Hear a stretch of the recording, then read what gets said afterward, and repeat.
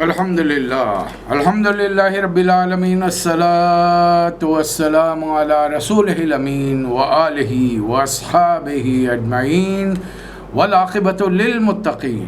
محترم خواتین حضرات، السلام علیکم ورحمۃ اللہ وبرکاتہ۔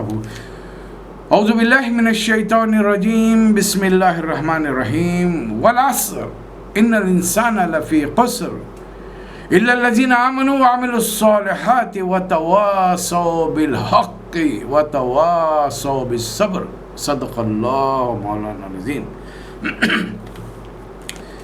سیرت نبی صلی اللہ علیہ وسلم کے سمجھنے سمجھانے کے لیے ایک قرآن و حدیث کے ادنا طالب علم کی حیثیت سے میں نے ایک سیریز بنائی ہے جس کا نام دیا ہے سیرت ان قرآن۔ قرآن میں نبی کریم صلی اللہ علیہ وسلم کی سیرت مبارکہ، اور اس میں میں نے طریقہ کار یہ اختیار کیا کہ قرآن مجید جس ترتیب سے نازل ہوا ہوگا ایک اندازہ ہے۔ میری تمام سامعین سے بادب گزارش ہے کہ کبھی اس معاملے میں کسی سے بحث تکرار نہ کرے۔ یہ صرف سمجھانے کے لیے ایک طالب علم کی ادنا کوشش ہے۔ البتہ کچھ چیزیں میں آپ کی خدمت میں رکھوں گا جو بڑے بڑے دینداروں کے اور بڑے بڑے علم رکھنے والوں کے قابل غور ہو سکتی ہے۔ وہ بھی اگر ایک توجہ اس طالب علم کی کوششوں پہ ڈالیں تو شاید اتفاق کریں، اور اتفاق نہیں کریں تو پھر آپ سے گزارش یہ ہے کہ آپ ان کے جو علمی نتیجے ہیں آپ ان کو مانیے۔ یہ فی الحال سمجھنے کے لیے ایک بات تو تمام امت کے علماء متفق ہیں کہ شروع کے 3 سال نبی کریم صلی اللہ علیہ وسلم نے خاموش تبلیغ کی۔ بہت سارے لوگوں نے لکھا کہ خفیہ تبلیغ کی۔ مجھے لفظ خفیہ میں تھوڑا بے چینی محسوس ہوئی، اس لیے میں نے خاموش کا لفظ استعمال کیا۔ اور خاموش تبلیغ کا طریقہ کار یہ تھا کہ اپنے قریب کے ایسے فرد کو جو پہلے ہی سے سلیم الطبع ہے، کھلے دل و دماغ کا ہے، بات سنتا ہے، غیر ضروری سوالات نہیں کرتا، کراس کوسچننگ نہیں کرتا، اس سے کہ یہ لوگ وہ ہوتے ہیں جنہیں اندازہ ہے کہ بات کہنے والا خود اندازہ لگا لے گا کہ کون سی بات ہماری سمجھ کے پرے ہے، پھر خود ہی وضاحت کر دے، تو کیوں غیر ضروری سوال کرو، اور جتنا سمجھ میں آ گیا پہلے اس پر تو عمل کرنے کی کوشش کرو، اور ٹھیک اسی وقت فوری پہنچاؤ۔ یہ پہلے دن سے نبی صلی اللہ علیہ وسلم کے پیغام کا منشا اور مقصد رہا ہے۔ کنوے دا میسج، بلاغ، بل یبلغ الشاہد الغائب، یہ پہلے دن سے ہے۔ اور اس کی زندہ تفسیر ہمیں نظر آتے ہیں حضرت ابوبکر صدیق رضی اللہ تعالی عنہ، جنہوں نے شروع کے 1 ہفتے ہی میں 6 افراد کو اسلام کی جھولی میں ڈال دیا۔ یہ بعد میں چل کر عشرہ مبشرہ کے 6 ہیرے بن گئے، موتی بن گئے۔ پہلے سال میں جو اندازاً سورے نازل ہوئے ہیں میں ان کی بات کر رہا ہوں، اور میں نے جو ترتیب بنائی اس میں ابھی فترۃ الوحی نہیں آیا۔ فترۃ الوحی، وحی کے درمیان وقفہ، اس لیے کہ بڑے مختصر سورے ہیں، 15 دن مہینے میں ایک سورہ اتر رہا ہے۔ اللہ تعالیٰ کے حکم سے نبی صلی اللہ علیہ وسلم کے قلب اطہر پر اس سورے کی وضاحت اور حکمت جاری کی جا رہی، اور جو صحابہ اکرام ایمان لاتے ہیں اور ملاقات کرتے ہیں جب کبھی بھی وقتاً فوقتاً نبی صلی اللہ علیہ وسلم کو وہ سورہ انہیں پڑھانا صحیح تلفظ کے ساتھ، تجوید کے ساتھ، اور جہاں تک ممکن ہو اس کی وضاحت اور تشریح کرنا، یہ چل رہا۔ اس اعتبار سے ابھی تک ہم نے 6 سوروں کا مطالعہ کیا۔ آج 7واں سورہ ہے، سورۃ العصر۔ 3 مختصر فقروں میں اللہ تعالیٰ نے دنیا والوں کی حقیقت بتا دی اور دنیا والوں کو حقیقت بتا دی۔ اور اس کے لیے اللہ نے قسم کھائی ہے. بندے قسم کھاتے ہیں اپنی بات کو صحیح ثابت کرنے کے لیے، لوگوں کو اطمینان دلانے کے لیے، کسی بڑی اونچی چیز کی قسم کھاتے ہیں. جیسا آپ کے ہمارے معاشرے میں ابا کی قسم، امی کی قسم، میری جان کی قسم، تمہارے سر کی قسم، یہ قسمیں ہم کھاتے ہیں. اور یہ جانتے بوجھتے کھاتے ہیں کہ جن کی قسم کھا رہے ہیں خدا نہ خواستہ قسم جھوٹی ہو تو ان کی جان پر بنائے گی. تو عموماً سامنے والا بھی ہماری بات پر بھروسہ کر لیتا ہے، اعتماد کر لیتا ہے. سوال یہ کہ اللہ کس کی قسم کھا رہا ہے؟ اللہ کے سامنے کیا چیز بڑی ہے؟ اللہ خود بڑا ہے، اللہ اکبر ہے. اللہ قسمیں اس لیے کھاتا ہے کہ یہ جن چیزوں کی میں قسمیں کھا رہا ہوں یہ تمہارے دن رات ان کا سامنا کرنا پڑتا ہے. You are experiencing all these things. تم انہیں دیکھ رہے ہو، انہیں پرکھ رہے ہو، استعمال کر رہے ہو. اللہ نے زمانے کی قسم کہا. پھر ایک موقع پر رسول صلی اللہ علیہ وسلم نے حدیث میں فرمایا کہ اللہ نے فرمایا زمانے کو برا مت کہو کہ میں خود زمانہ ہوں. اللہ قسم کہہ رہا ہے والعصر، زمانے کی قسم. کسی نے ترجمہ کیا تیزی سے گزرتے ہوئے زمانے کی قسم. یہ بھی صحیح ہے. ذرا اپنی اپنی عمروں کا جائزہ لگائیے. کل تک کیا تھے بچوں کی شکل میں، کب جوانی آئی، کب گزر گئی، آج ہم صاحب اولاد ہو گئے. وقت بڑی تیزی سے گزر رہا ہے. دیکھ لیجئے نا، آخری نبی کائنات شروع ہو کر 1,24,000 نبی آئے چلے گیا. خاتم النبیین کو جا کر اس دنیا سے 1450 سال ہو رہے ہیں. اور کیا انتظار ہے؟ قیامت کو اپنی آنکھوں سے دیکھنا ہے. میں آپ کو یقین دلا دوں ایز اے مسلمان، ایک بحیثیت رسول اللہ صلی اللہ علیہ وسلم کی امتی کلمہ گو اگر آپ ہیں تو یقیناً قیامت کا منظر میں اور آپ اپنی آنکھوں سے نہیں دیکھیں. اس لیے کہ وہ ایمان کمزور صحیح، ٹوٹا پھوٹا صحیح آخرت پر ہے. مریں گے، دوبارہ زندہ ہوں گے، حساب کتاب ہوگا، جنت دوزخ انعام سزا میں بھی لے گے. ہم نے دیکھیں قیامت کا منظر تو وہ لوگ دیکھیں گے جنہوں نے سرے سے انکار کر دیا. نہیں ہوگی قیامت. بس ہم آئے دنیا میں، ہم چلے جائیں گے، کوئی حساب کتاب نہیں ہوگا. کوئی اس کا خالق و مالک ہی نہیں ہے. کہنے والوں نے یہ بھی کہہ دیا. اب جنہوں نے کہا ہے اللہ خالق و مالک ہے، انہوں نے عجیب عجیب تصورات، فلاسفیز گھڑ لی ہیں. 7 جنم تک دنیا میں زمین میں ہی پیدا ہوتے رہیں گے. اعمال جتنے اچھے ہوں گے ویسے انسان بن کے اٹھیں گے. اعمال خراب ہوتے جائیں گے، کتا بلی جانور سانپ بچھو بنیں گے. اور کسی نے عقیدہ گھڑ لیا کسی کو خدا کا بیٹا مانو تو دنیا میں جو چاہے کرتے بھی رہو، شراب، بدکاری، زنا، قتل، اللہ معاف کرے. جاؤ اپنی عبادت گاہ میں کنفیس کر لو، بس ادھر سے تمہارے دیندار کہہ دیں گے کہ معاف ہو گیا، چلو تم جنتی. پتہ نہیں انسان نے کیا کر. نبی کریم صلی اللہ علیہ وسلم نے فرمایا کہ نہیں، ایسا کچھ نہیں ہوگا.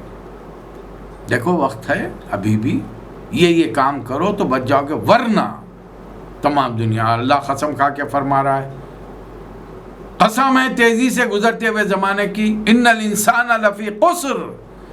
دنیا کا ہر انسان خسارے میں ہے، نقصان میں ہے، گھاٹے میں ہے. بچنے والے کون ہیں؟ الا الذین آمنوا، صرف ان لوگ. یہ تیسری آیت ہے. کیا کام کرے تو بچیں گے؟ ایمان لائیں گے. وعاملوا الصالحات، ایمان لا کر سے بیٹھے نہیں رہیں گے.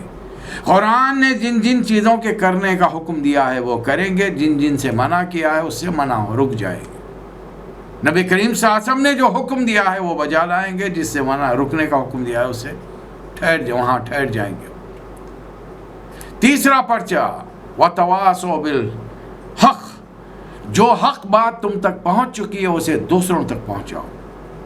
یہ رسپانسبلٹی 1,01,24,000 نبیوں نے اپنے امتیوں کو نہیں دی. یہ ذمہ داری آپ کی اور میری ہے. یہ کام کار نبوت ہے، نبیوں کا کرنے کا کام ہے جو اللہ تعالیٰ نے ہم گنہگاروں کو سونپا ہے. نبی کریم صلی اللہ علیہ وسلم نے اپنے امتیوں کو سونپا ہے. پیغام پہنچاؤ، جو بھی تمہاری صلاحیت ہو، جس اعتبار سے بھی پہنچا سکتے ہو، چاہے وہ ایک بات ہو، پہنچو. بلغوا انی ولو آئے، پیغام پہنچانا. دیکھیے ایک چھوٹی سی مثال، بازار سے آ رہے ہیں، اچانک ہم نے دیکھا ایک برانڈڈ شاپ ہے، وہاں پر سیل کا بورڈ لگا ہوا ہے. اندر گئے، دیکھا داموں میں بہت زمین آسمان کا فرق ہے. جتنی بساط تھی، جتنی جیب نے اجازت دی، بینک بیلنس سے ہم نے خرید لیا۔ اب پہلا کام نکل کے کیا کریں گے؟ سب سے پہلے اپنے قریبی رشتہ داروں دوستوں کو انفارم کریں گے، اطلاع دیں گے، بھائی ابھی میں نے یہ دکان پر دیکھا، یہ مال اصلی ہے، بہت اچھا ہے، برانڈڈ ہے اور بڑا سستا مل رہا ہے۔ جب دنیا میں ہم اپنے لوگوں کو فائدہ پہنچانا چاہتے ہیں تو پھر آخرت میں ہم کیوں فائدہ پہنچانا نہیں چاہتے؟ بتائیے۔ اس کے لیے شروعات ہوگی اپنی ذات سے اور اس کا اختتام ہوگا کائنات پر۔ میں اللہ کا فرما بردار بن رہا ہوں تو میری آرزو، تمنا، خواہش یہ ہونی چاہیے کہ تمام دنیا کی انسانیت، انس اور جن اللہ کے فرما بردار بن جائے، اس کے طریقے پر، اس کے آخری نبی کے بتائے ہوئے راستے پر چلے۔ صراط مستقیم یہی ہے، قل ھذہ سبیلی ادعوکم الی اللہ علی بصیرۃ انا ومن اتبعنی وما انا من المشرکین۔ سبحان اللہ، وما انا من المشرکین، کہ ہم سیدھے راستے پر ہیں تو پھر لوگوں کو دعوت دیں۔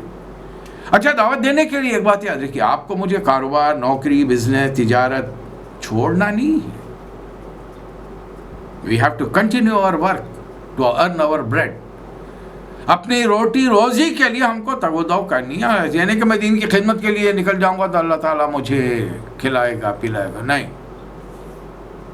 اپنے کاروبار، حضرت صدیق کا طریقہ اپنائیے، اور امت میں ایک ہی صدیق ہوتے ہیں۔ نبی صلی اللہ علیہ وسلم دعوت دے رہے ہیں، حضرت صدیق کاروبار کریں، کپڑے کی تجارت کریں، ملنے والوں سے اسلام کی دعوت پیش کریں۔ حالانکہ قرآن پورا اترا نہیں، عبادات فرض نہیں ہوئی، حرام حلال کی کوئی بات ہی نہیں، اس کے باوجود جتنی بات تم تک پہنچ چکے وہ فوری اچھی بات فوری دوسروں تک پہنچاؤ۔ پھر اس کے بعد میں یہ کام آسان نہیں ہے، ایک آگ کا دریا ہے اور ڈوب کے جانا ہے، اس لیے کہ پلوں کے نیچے سے بہت سارا پانی بہہ گیا۔ ہم تو خاتم النبیین کی امتی ہیں۔ اب یہ جو باقیات الصالحات ہیں اور باقیات الخرابات ہیں دوسرے نبیوں کی امتوں میں، پہلے ان صالحات کو ڈھونڈنا ہے، تلاش کرنا ہے، پیغام پہنچانا ہے، پھر ان خرابات تک بھی بات پہنچانی ہے۔ آپ کا کیا خیال ہے؟ وہ لوگ اتنی آسانی سے بات سن لیں گے، مان لیں گے، ہماری تمام چیزیں قبول کر لیں گے؟ ایسا نہیں ہو، اس لیے کہ ان کی روٹی روزی لگی ہوئی ہے، ان کے پیٹ ہے، ان کے کاروبار ہیں۔ ایک آدمی شراب کا کاروبار بھٹی ڈال کے بیٹھا ہے، ایک آدمی 5 اسٹار ہوٹل ہے، 5 اسٹار ہوٹل میں ہر حکومت نے اجازت دیا 24 گھنٹے شراب ہو سکتی۔ دنیا کے کسی ملک میں چلے جائیے 5 اسٹار ہوٹل میں، الا ماشاءاللہ 1-2 ملیں گے شاید ایسے ملک جہاں پر وہاں شراب کی پابندی ہو، شاید۔ اس کو آپ جا کے نصیحت بڑے خوبصورت انداز میں، بڑے پیارے دل نشین پیرائے میں، دل کو چھونے والے الفاظ میں اس کو تبلیغ کیجیے۔ کیا خیال ہے آپ کو چھوڑ دے گا؟ جس کے جوئے کا کاروبار چل رہا ہے، جس کی زندگی سود کھانے پر، سود کے کاروبار پر، جس نے اپنا طریقہ کار رشوت کو بنایا، وہ اتنی آسانی سے چھوڑ دے گا؟ صرف آپ اور میں ایک بار جائیں، رسول اللہ صلی اللہ علیہ وسلم کا فرمان پیش کریں کہ دیکھیے آپ کے میرے نبی نے یہ فرمان حکم دیا ہے کہ قال رسول اللہ صلی اللہ علیہ وسلم، بلکہ لانا رسول اللہ صلی اللہ علیہ وسلم، نبی صلی اللہ علیہ وسلم نے لعنت کی ہے الراشی والمرتشی، رشوت کے لینے والے پر اور دینے والے، بس، اور واپس آ جائیے۔ روز اسے یہ سبق یاد دلائیے، چھوڑ دے گا وہ، اللہ ماشاءاللہ سینکڑوں میں 1-2 ہوں گے جو چھوڑ دیں گے، اور جو نہیں چھوڑنا چاہتے وہ آپ کی مخالفت کریں گے، آپ کی زندگیوں میں سے چن چن کر کیڑے نکالیں گے، برائیاں نکالیں گے اور دنیا میں عام کریں گے، پھیلائیں گے اس کو۔ یہ 4 پیپر آپ کو سالو کر دیں گے۔ اب ہم مسلمانوں کا معاملہ بڑا مختلف ہے۔ اس کی ایک مثال یوں سمجھ لیجئے کہ آپ، ایک صاحب بیمار پڑ گئے، اپنے وقت کے مشہور ڈاکٹر حکیم طبیب کے پاس گئے، انہوں نے کچھ دوائیں لکھ کے لے، بھئی یہ گولیاں ہیں اور یہ سرپ ہے اور یہ کچھ مرہم ہے اور یہ کچھ صفوف ہے، یہ 4 اوقات میں الگ الگ استعمال ہے۔ اب وہ صاحب نے دیکھا، ارے صاحب یہ ساری چیزیں خریدنے کی کیا ضرورت ہے، دواؤں کے نام تو معلوم ہو گئے۔ بیگم سے جا کر کہا کہ ان دواؤں کے نام کو اس کی پوڑی بناؤ، اس کو اچھے سے کپڑے میں لپیٹ کے سی دو، ایک کالا دھاگا ڈالو اور میرے گلے میں ڈالو۔ جب دواؤں کے نام معلوم ہے تو بیماری خود بخود دواؤں کا نام پڑے گی اور بھاگ جائے گی۔ کسی نے اور سوچا، ایک کام کرتے ہیں صاحب، 4 دوائیں خریدنا تو بڑا مشکل ہے، 2 خرید کے کھا لیتے ہیں۔ کسی نے سوچا 4 خرید لیتے ہیں، یہ روز ہر وقت 4 گھنٹے سے کھانے کے بجائے کیوں نہ ایک ہی ٹائم میں انہیں کھا لیا جائے، موت واقع ہو جائے گی۔ حکیم طبیب ڈاکٹر کا جو نسخہ ہے اس کے مطابق استعمال نہیں کریں گے، اپنی مرضی چلائیں گے تو صرف نقصان کے ہاتھ کچھ نہیں آئے گا۔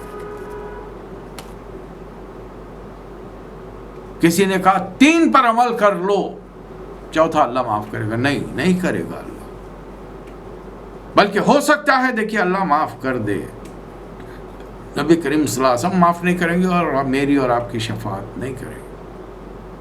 اس لیے یہ کار نبوت ہے، میں نے شروع میں بھی عرض کیا ہے، یہ پیغام پہنچانا ہے ہر حال میں، ایٹ اینی کاسٹ، اور جو آپ کو صلاحیتیں نعمتیں اللہ نے ودیت کی ہیں، عطا فرمائی ہیں، اسی کے حساب سے کرنا۔ اس سورہ کی عظمت یہ ہے کہ امام شافعی رحمۃ اللہ علیہ فرماتے ہیں کہ اللہ نے قرآن میں کچھ نازل نہ کیا ہوتا، صرف سورہ اصل نازل کیا ہوتا تو انسانوں کی ہدایت کے لیے کافی تھا۔ بے شک 4 پیپر دیکھیں، جو باشعور ہوتے ہیں نا وہ تحقیق میں لگ جاتے ہیں، اللہ کو مطلوب کیا ہے، ایمان، what do you mean by ایمان، کیا ایمان کسے کہتے ہیں؟ اللہ نے یہاں پہ صرف اتنا ہی مطالبہ، کون لوگ بچنے والے ہیں خسارے سے، نقصان سے، گھاٹے سے، ٹوٹے سے کون بچنے والے ہیں؟ الا الذین آمنوا، ایمان ہے کیا؟ دیکھیے ایک نشست میں اللہ نے، اللہ کے رسول نے ساری باتیں نہیں بتائی ہیں بھائی۔ ایک صحابی ہے، اللہ کے رسول میرا زیادہ علم نہیں ہے اور ذرا سمجھ میں بھی بات تھوڑی سی آتی ہے اور کم آتی ہے، آپ مجھے ایک بات بتائیے، میں کیا کام کروں کہ میں اس کام کو کر کے جنت میں چلا جاؤں؟ نبی صلی اللہ علیہ وسلم نے بھی ان کی ذہنیت کے اعتبار سے ایک ہی بات بتائی، قل، کہو، آمنت باللہ، میں اللہ پر ایمان لایا، ثم استقم، پھر اس پر جم جاؤ۔ اب جم جانے کے معنی وہ انڈیا، پاکستان، بنگلہ دیش کے مسلمانوں کی طرح انہوں نے یہ نہیں لیے کہ گھر پہ جا کے جم کے بیٹھ گئے، جمی جنبد نہ جنبد گل محمد، ایسا نہیں بیٹھے، سوری۔ پوچھا اللہ پر ایمان لانے کا مطلب کیا ہے؟ کہ اللہ کی ذات، صفات، اختیارات، حقوق میں شرک مت کرو، اللہ کو خوش کرنے کے لیے جو عبادتیں اس نے کی ہیں فرض، اسے ادا کرو، فرض ادا کرو، بس۔ فرض عبادتیں کیا ہیں؟ 5 وقت کی نماز، سال کے 1 مہینے کے روزے، 29 یا 30 دن کے، استطاعت ہو، مال ہو تو سال میں زکوٰۃ 2.5%، استطاعت ہو، مال ہو، زمانے کے حالات اچھے ہوں، اللہ کے گھر کی زیارت، بس۔ اللہ خیر سب اسلام میں تیرے اب جو اگر شادی ہو چکی ہے، اللہ نے صلی اللہ علیہ وسلم پرانے طریقہ برقرار رکھا جائے گا، نہیں، اب نکاح کرو، مہر ادا کرو، ولیمہ کرو، اولاد ہوگی تو اپنے بیٹا یا بیٹی ہے تو 1 بکرا 2 بکرے ذبح کرو، 7ویں دن عقیقہ کرو، نام رکھو، اور جب تمہارے گھر میں کسی کا انتقال ہو جائے تو اسے جلد سے جلد دفنانے کی فکر کرو، جتنے قریبی انسانوں کو اطلاع دے سکتے ہو دو، کفن دفن کا بندوبست کرو، غسل جنازہ دو، پھر نماز جنازہ ادا کرو، لے جاؤ قبرستان میں دفن کرو، آ جاؤ، اللہ خیر سب۔ عام آدمی ہے، باپ ہے، بھائی ہے، بیٹا ہے، جو کوئی ہے، 3 دن سے زیادہ غم نہیں ہونے چاہیے، سوائے عورت کے جس کا شوہر مر جائے تو وہ 4 مہینے 10 دن کا سوگ منائے گی، 10 سال ختم۔ پھر اس سے بڑی ہے، جو کما رہے ہو حلال طریقے سے کماؤ، یاد رکھو یہ نماز روزہ یہ تمام عبادتیں کرتے ہوئے، تمام رسومات انجام دیتے ہوئے حرام کی آمدنی کماؤ گے تو پھر وہ جسم حرام سے پلا ہوا جسم جہنم کی آگ کے لیے بنا ہے۔ حرام حلال طریقے سے کماؤ، حلال راستوں سے کماؤ، پھر اپنی مرضی سے منمانے طور پہ خرچ مت کرو، دیکھ دکھا کر خرچ کرو، تبذیر مت کرو، ان المبذرین کانوا اخوان الشیاطین۔ پھر اپنی زندگی کا وقت لاپرواہی سے مت گزارو، لوگوں کی خدمت کرو، مدد کرو ان کی۔ تم کیسے، تم اچھے ہو تو تم سارے ملک میں نظام سسٹم کیسا چاہتے ہو؟ اچھا نظام چاہتے ہو۔ کیسے لوگوں کو چنو گے پھر تم؟ شرابیوں کو، جواریوں کو، قاتلوں کو دھوکے سے ووٹ پیسہ دے کے خریدنے والوں کو؟ کن کو اپنا حکمران تم بناؤ گے؟ یہ تم خود فیصلے کر لو۔ تو ایک اللہ پر ایمان لانے والا خاموش نہیں بیٹھ جاتا، پھر وہ تمام اعمال شروع کر دیتا ہے، وَعَمِلُوا الصَّالِحَاتِ میں جو مختصر اللہ نے حکم دیا، پھر یہی باتیں اپنے بال بچوں، میں نے اپنے بال بچوں کو سب بتا دیا۔ اگر نہیں بتایا تو بتائیں، ابھی بھی وقت ہے، اس سے پہلے کہ موت کا فرشتہ آ کر مجھے اور آپ کو دبوچ لے۔ بتائیں گھر والوں۔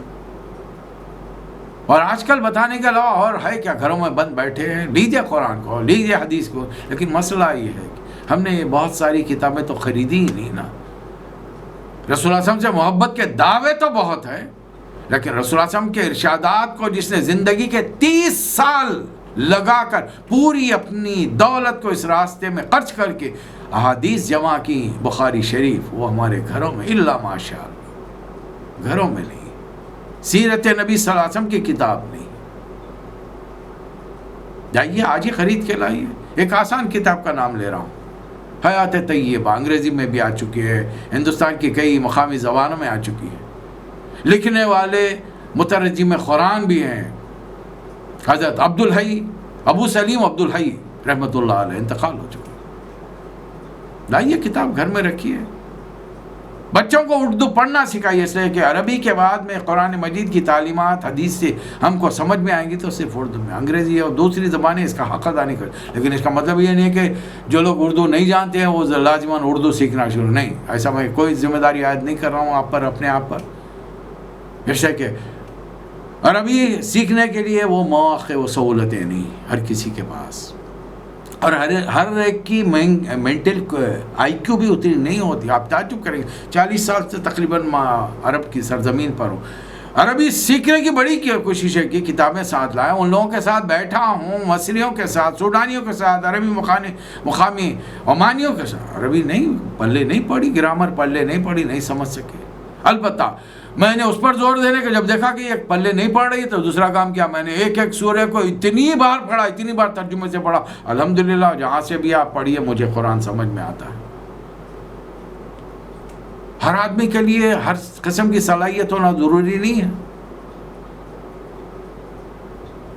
اصل بنیادی مقصد کیا ہے؟ قرآن سمجھ میں آ جائے۔ چلیے، حضرت امام راضی رحمۃ اللہ علیہ فرماتے ہیں، اس کے معنی مجھے اس وقت سمجھ میں آئے جب میں نے شام کا وقت ایک بستی میں برف فروش کو دیکھا۔ ایک آدمی برف بیچ رہا تھا۔ آپ کو معلوم ہے یہ برف جو جماتے ہیں، رات بھر پانی کو رکھ کر اسے پانی ہی کو برف بنایا جاتا اور دن میں بیچتے ہیں۔ شام کا وقت ہے، پرانے زمانوں میں اسٹریٹ لائٹ نہیں تھی، سورج غروب ہونے سے پہلے اپنا کاروبار بند کر کے فوری اپنے ٹھکانوں پر، گھروں پر پہنچ جانا تھا، ورنہ راستے میں کوئی دن بھر کی جمع پونجی لوٹ سکتا تھا۔ وہ برف فروش چیخ رہا ہے کہ لوگوں مجھ سے یہ برف خرید لو، میرا سرمایہ گھلا جا رہا ہے، اور لمحہ لمحہ برف پگھلتی جا رہی۔ اگر وہ پوری برف نہیں بیچ پایا تو وہ اپنا سامان، اس کا جو رات بھر اس نے محنت کی ہے برف بنانے میں، وہ پوری ضائع ہو جائے گی۔ اور اسی طریقے سے ہماری عمر ہے، ایک ایک سیکنڈ، ایک ایک پل زندگی کا گزرتے جا رہا ہے۔ غافل تجھے گھڑیال یہ دیتا ہے منادی، گردون گھڑی عمر کی ایک اور گھٹا دی۔ اور ہم سمجھ رہے، خوش ہو رہے ہم لوگ، میرا بچہ اتنے سال کا ہوگا، اتنی سالگرہ ہو، ابا کی شادی کو 25 سال ہو گئے، سلور جوبلی منا رہے، 50 سال ہو گئے، گولڈن جوبلی منا رہے۔ یہ نہیں معلوم ابا کتنے قریب ہو گئے ہو موت کے دہانے کے، قبر کے کتنے قریب پہنچ چکے ہیں۔ چاہے جائے کہ ان کی آخرت اور مغفرت کے لیے، ان کی آخری وقت تک صحت و تندرستی کے لیے، خاتمہ ایمان پر بالخیر اور اس کی دعا کرنے کے لیے ہم لہو لعب میں مشغول ہو گئے۔ سیکھنے والے ایسے سیکھ۔ اس کے بعد ایک سورہ اللہ نے پھر نازل فرمایا، بظاہر اس میں کھانے پینے کی چیزوں کا ذکر ہے، لیکن ان کے پیچھے تلمیح کی شکل میں ہے۔ اردو میں تلمیح کہتے ہیں ایک لفظ کے پیچھے ایک بڑی کہانی، ایک بڑی داستان، قصہ ہونا چاہیے۔ اللہ تعالیٰ نے اس کا ذکر فرما دیا۔ والتین والزیتون وطور سینین وہذا البلد الامین لقد خلقنا الانسان فی احسن تقویم ثم رددناہ اسفل سافلین۔ طور کی اللہ نے قسم کھائی، کیوں بتائیے؟ تین کی قسم۔ انجیر کہاں ملتا ہے؟ عراق میں۔ بیک گراؤنڈ پس منظر کیا ہے؟ ابراہیم علیہ السلام وہاں پر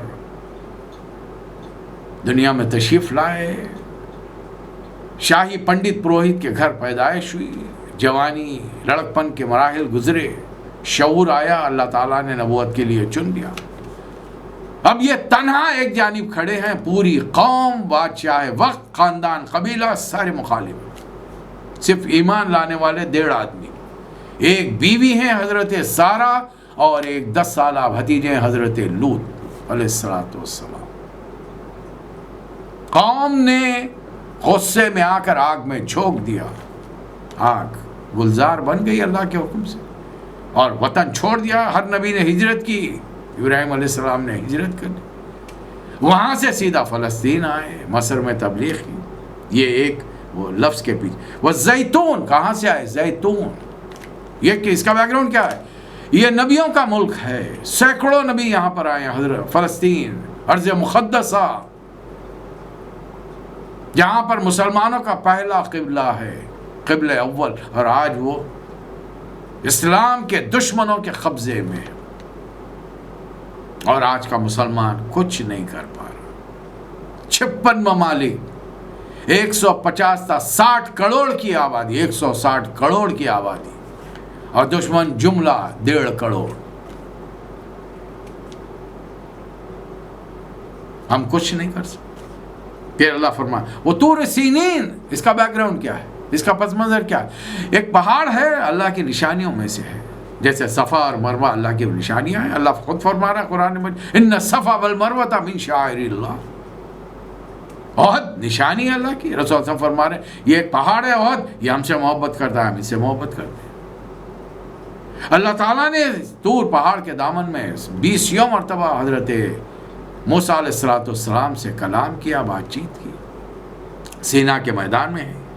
وَهَذَا الْبَلَدِ الْأَمِينَ، اور یہ امن کا شہر، آدم علیہ السلام سے کے دور سے امن کا شہر بنا ہوا ہے، اور آخری حضرت ابراہیم علیہ السلام کے زمانے سے، کہ ابراہیم اور اسماعیل باپ بیٹے عظیم الشان 2 پیغمبروں نے علیہ السلام نے مل کر کعبۃ اللہ کی دیواریں تعمیر کی۔ اللہ سے دعا کی، ربنا وبعث فیہم رسولا منہم یتلو علیہم آیاتک، ایک نبی اٹھا جو تیری آیات پڑھ کر سنا۔ اللہ نے دعا کو ملتوی کیا تھا، لیکن ہم سے 1500 سال پہلے قبول ہو گئی۔ خاتم النبیین کو اللہ تعالیٰ نے 2 عظیم الشان پیغمبروں کی دعا کے جواب میں دنیا میں بھیج دیا۔ یہ ہے بیک گراؤنڈ، امن۔ 4 مہینے دنیا میں کہیں فتنہ فساد ہو عرب کی سرزمین پر ہو، لیکن عرب کے اس خطے میں امن قائم ہوتا ہے۔ یہ اللہ تعالیٰ فرماتا ہے لقد خلقنا الانسان فی احسن تقویم، ہم نے انسان کو بہترین ساخت پر پیدا کیا۔ تمام مخلوقات سے اپنا جائزہ لیا۔ اب آپ کا میرا حال یہ ہے کہ ہم اپنے سے زیادہ گورے گمٹے خوبصورت ناک نقشے کے اچھے لوگوں سے مقابلہ کر کے سمجھتے ہیں کہ اللہ نے ہم کو ایسا ویسا پیدا کیا۔ نہیں، انسان سے نہیں، دوسری مخلوقات سے اپنا موازنہ کر کے دیکھیں ہم کیسے ہیں۔ ظاہر ہے اللہ تعالیٰ خود جہاں کہیں اللہ تعالیٰ نے انسان کی تخلیق کا ذکر فرمایا، اپنے لیے فرمایا احسن الخالقین، بہترین تخلیق کرنے والا ہے، بڑی شاندار۔ لیکن مزاجن اس میں دونوں صفتیں پائی جاتی ہیں۔ نیک بنتا ہے تو نیکیوں کے اعلیٰ درجے پر پہنچ کر پیغمبر بن جاتا ہے، اور پیغمبروں میں بھی یہ پیغمبروں کا امام بن جاتا ہے۔ اور جب یہ برائی کے غار میں جا کر گرتا ہے تو ایک انسان اپنے جیسے انسان کو قتل کر کے اس کے جسم کی مختلف اعضاء کو کاٹ کر اس کے ہار بنا کر پہنتا ہے، اس کی کھوپڑی میں شراب پیتا ہے۔